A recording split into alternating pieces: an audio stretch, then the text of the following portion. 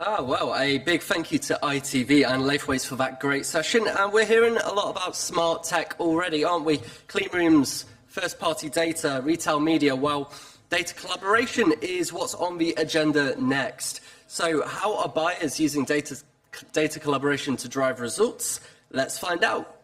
Lauren Wetzel, CEO of InfoSum, is going to be speaking alongside Sarah Walker, the CEO of Choreograph in EMEA. So please welcome Lauren and Sarah to the stage. I apologize in advance to you, Sarah, because ever since we met in person, I continued to be interviewing her at every step, so you're in for a treat. The reason I wanted Sarah on stage today is last year I got to do a keynote on the myths of data collaboration or data clean room or whatever acronym we're going to call it today or yesterday. And what I thought at Future of Television was missing was representation from the buy side and those who hear day in, day out from brands. From actual clients.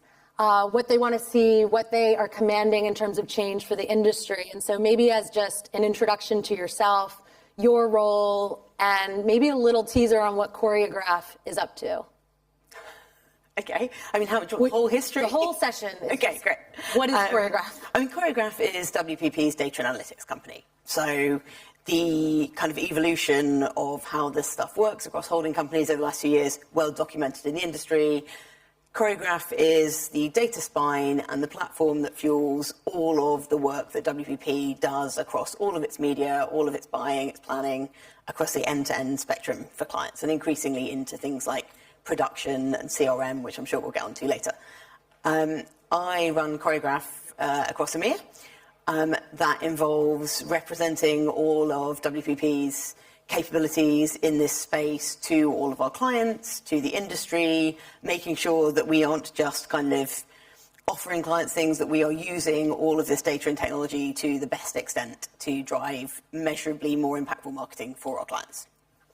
And that seems like more integrated, and there's been pieces coming together over time. Yeah. And if you think about the whole industry, we went through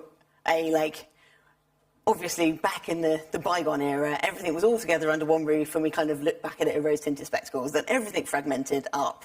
There were all sorts of pockets of expertise that evolved rightly in different spaces around CRM, around digital, around commerce, etc.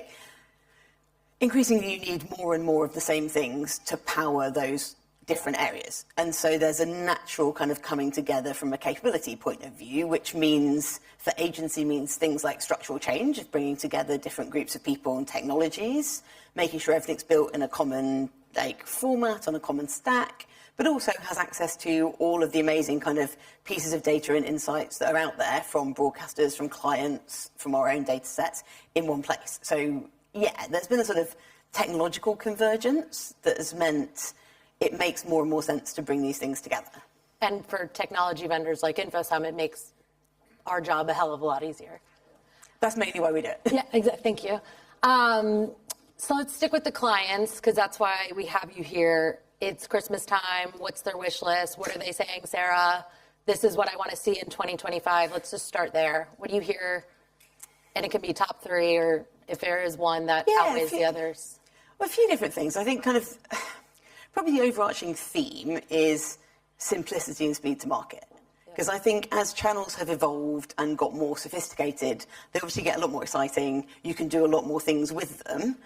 But with that has generally come a lot more complexity. Yep. And there's now much more pressure on clients to us as the agency to spend less and less time worrying about the plumbing and how we're going to achieve that stuff, and more thinking about how we can get the most high impactful formats in front of the right people at the right times.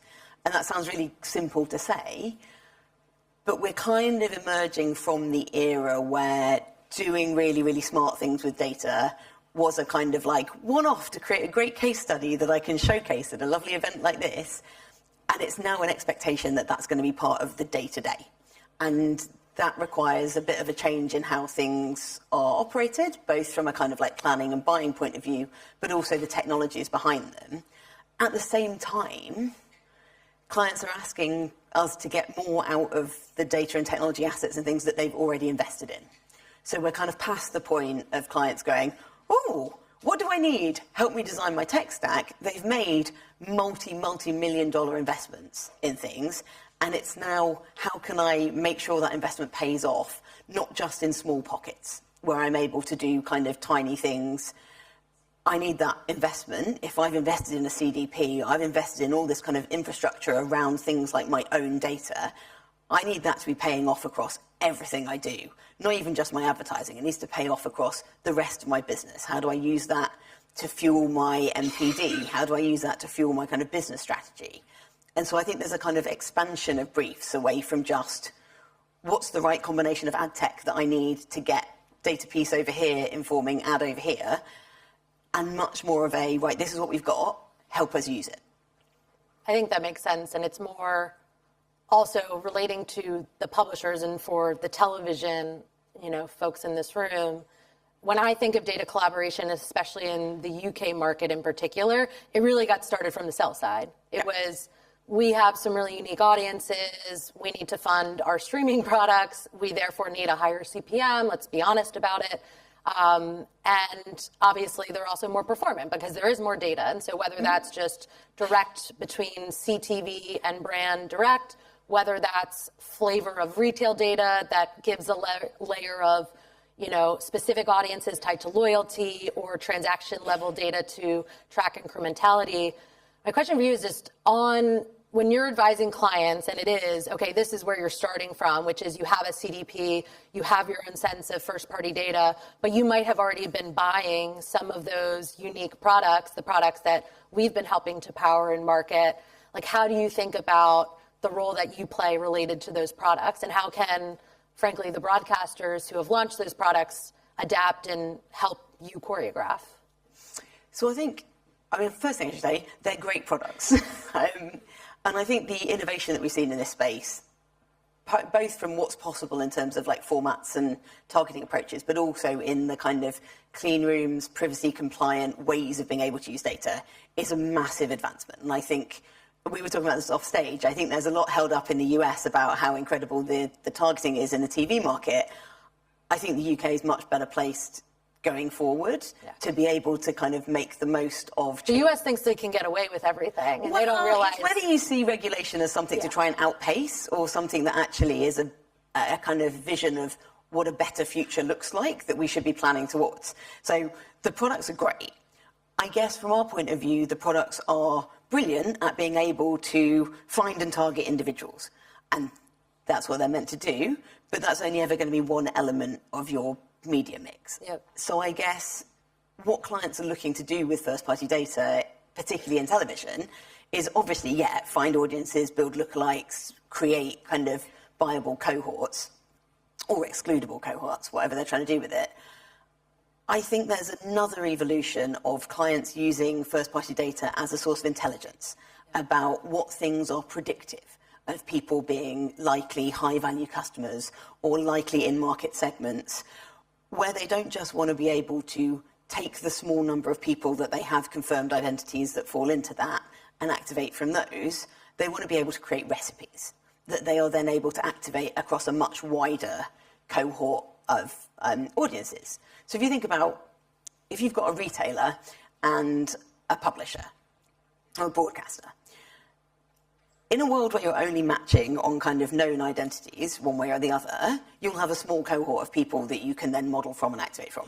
But if you've got a world where they're able to share data collaboratively through something like a clean room, imagine a world where the retailer can predict every TV program, the publisher can predict every TV program that all of the retailer's customers might watch, and the retailer can predict all of the products that every viewer of the publisher might buy.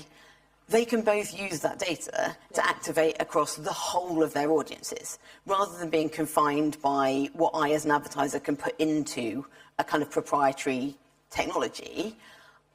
That's what clients are asking for, is being able to expand what they know from their first-party data that gives them that source of competitiveness in the marketplace if they understand what drives propensity or purchase or sales, and being able to activate that across the whole of their media rather than just the small segments that are directly targeted. Well, I think it's important also, we forget sometimes, but because you set the context of the end-to-end stack, we forget that data collaboration to just drive a really performant campaign because you understand the audience and you found it, like that's good intelligence to take back into your own CRM. Like it's nice to know that my diet soda drinkers are salty snackers or Absolutely. some other sort of insight, and then that fuels R&D, that fuels creative.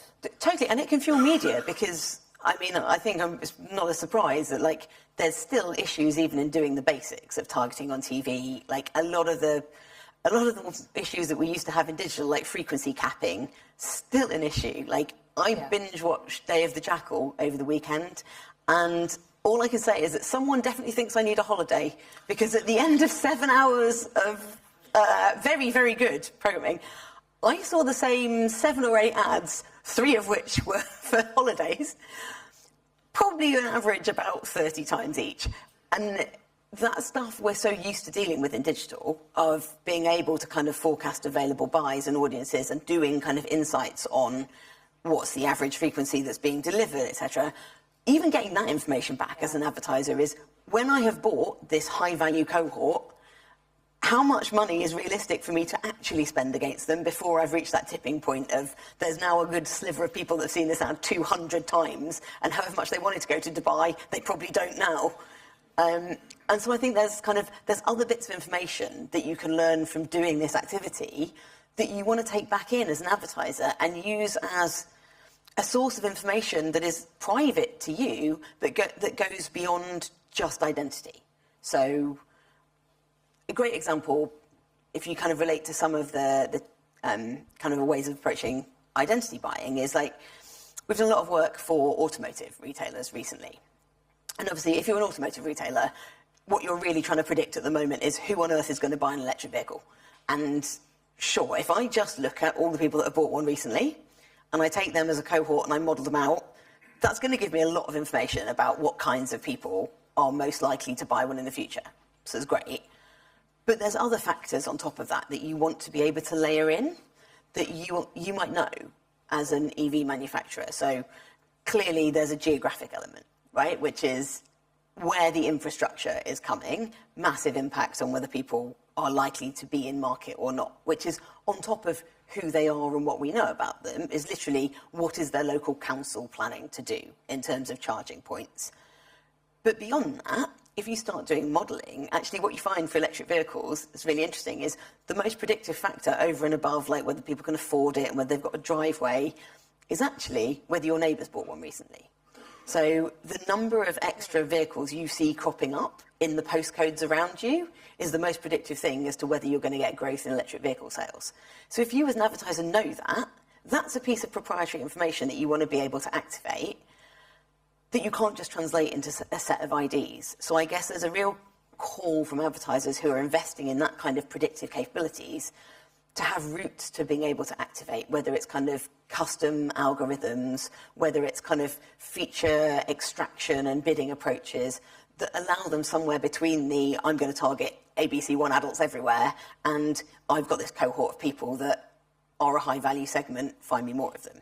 Yeah, and that's, I mean, it seems like that's really Group M's geo-targeting solution that can be complementary to just those one-to-one data match, brand match. Yeah, and I think we very much live in a world like no one set of data is the silver bullet, right? Yeah. So you always want to think of it as layers. So on top of something like AdSmart or Brand Match, you want to be able to layer things we know about place, and things we know about time, things we know about kind of topics and things that are predictive. We need combinations of solutions that let us encompass all of those signals. Rather than thinking about, like, can we distill everything down to the one perfect recipe, you need kind of layers of different ways of targeting and then ways of measuring the effectiveness of those different approaches and adjusting over time. Well, your overexposure shit ad experience, for this global audience, US bad shit ad experience of late is every time I go to watch football, which is the only time I watch live television, I get a very unique fast food chain that I live in Brooklyn that is not anywhere near Brooklyn, and it's over and over and over again. That's just bad targeting. So your point on geo actually is very relevant to me. We had a SIM conference yesterday, and we got to hear from broadcasters, but also streamers, and obviously there's so many unique and new solutions and folks on stage this week that we'll hear from, Netflix, Amazon, etc. when you're thinking about this evolution where it's not just TV, it's CTV, it's not just broadcasters, broadcaster, streamer, it's, you already referenced this, retail media, but also retail media is much more broad. It's commerce media, and we're talking travel networks, we're talking a lot of different things. Like, how are you thinking about that? And is it in such a way where there's a battle and there's competition between one versus the other, but how do you help with your clients to make it feel more complementary? Well, I mean, I guess it's, from our point of view, it's just a planning challenge. And it's not really any different to what a planning challenge would have looked like in, like, 1995. It's just that the number of players, vendors, ways of buying, decisions that need to be made has sort of exponentially multiplied. But from a really simple point of view, clients want to be able to put high-quality assets in high-impact formats in front of high-value audiences. And I think what we need from all of the players in the space, whether they're a streamer or a broadcaster, is the ability to make that process simple. And that might look like, in the space of kind of, you talked about the retail media, we're seeing lots and lots of partnerships, whether they're kind of like access to proprietary insights or planning platforms, or like, I think we'll probably see more productization and more bundling there, which will make it simpler for clients. Like, I want to achieve this thing of high value. If you're willing to take on the risk of creating and generating those valuable placements, then that is worth paying for from clients. So I think we'll see more bundling. But I also think we'll need to see more kind of openness in technology. So clients and broadcasters need to be able to access data in a way that doesn't involve a client having to go into a different clean room or a different operating system with every publisher and platform that they interact with. Because if I'm a retailer and I'm using Snowflake and I want to collaborate with ITV, who are using InfoSum, I don't have the internal IT resources to do that and to do something else with someone using Habu and someone else using it. Like, so our job as agencies is becoming, how do we create that interoperability between platforms? Otherwise, we end up in this kind of battle that is limited by how much effort clients are willing to put in to create the right data partnerships and matches into a small number of publishers. At which point, I think then you get into the world of, like, the big players win. And I don't think that serves the industry particularly, and I don't think it serves clients. Well, I also think there's pressure on the data collaboration layer, which, if you're an independent data collaboration layer, which is effectively, give it the real acronym, it's privacy enhancing technology that's allowing collaboration. That's why data clean room's a shit term. And like, it should be any data that sits anywhere on any cloud in any infrastructure environment. And you might see warehouses that offer data collaboration capabilities, but at the end of the day, if someone's invested in Databricks and that's where their data sits, but then you want to collaborate with a partner, and if you want to collaborate with a partner and it's on some other form of identity, you kind of have to isolate those capabilities, which I think is really important. Collaboration and protection of data for protected, connected collaboration versus the storage of data versus the identity system. Yeah, because we are moving to a world where data doesn't move. And in order for that to be the end state, you have to have separated those capabilities. And you have to be planning for connectivity separately to the infrastructure in which you're going to store and organize your own data. And that's, I think, the next challenge for all of us, is how we make that as simple and easy as possible for marketing clients rather than the IT teams in their organization. Off script completely, but what's the timing? Genuine interest. Like, when there's so many new channels that you just described, there's a new retail media partnership every day. This retailer, this unique CTV, this retailer, this unique, name your other channel or audience. And what kind of patience and time limit do you and your teams give to see, okay, it's performing or it's not, it's working or it's not, because it's apples and oranges in some instances? It is and it isn't, because working still means delivering measurably better ROI for clients. And I think what we have an advantage of being able to learn at scale across clients. So you're not just reliant on what tests and kind of activity you have run. You can learn from the other clients that Group M works with across other markets, other agencies, other retailers and platforms. But ultimately, we're not looking for the kind of short-term, like, proxy delivery things. We're looking to see a measurable impact on clients' revenue. And if it proves that, it should prove that relatively quickly. Yep. And I think we have to, in the world of new things emerging every day, get better at saying what things we don't recommend, as well as what things we do. So that's on us to have rigorous, robust testing programs in place and being able to make sensible, intelligent decisions about when we tell clients, this isn't ready yet. Wait till it's matured, wait till it's found its kind of route, and then try it again. Well, to your point earlier on capabilities coming together and thinking of these things I think that we're have... to be kicked off stage. How are we? I don't know. I'm sensing that's why he's appeared. All right. What advice do you have? Jesus. What advice do you... I don't normally moderate. What advice do you have for all of those broadcasters, publishers, streamers, because they get such a focus of this conference? Like, we started with the client, but what's the advice that you have to them to help benefit not just you, Choreograph, but at the end of the day, the clients? Make it easy. Make it easy to access your data, your insights, so that people want to spend with you. But make that... Agencies, holding companies are investing millions in technology platforms that bring together all of this data. Make your data available in those things. That will get you so much more business than having kind of proprietary systems that you build that you need advertisers to go and log into separately. Because we're people, everyone is short of time, short of resources. They're going to do the things that are easiest. And I think if you can make it easy for people to buy your products, your packages, your ad time, they will. Make it easy, make it interoperable, make it performant. That's your advice. Sorry, going over. Thank you. Wonderful, Sarah.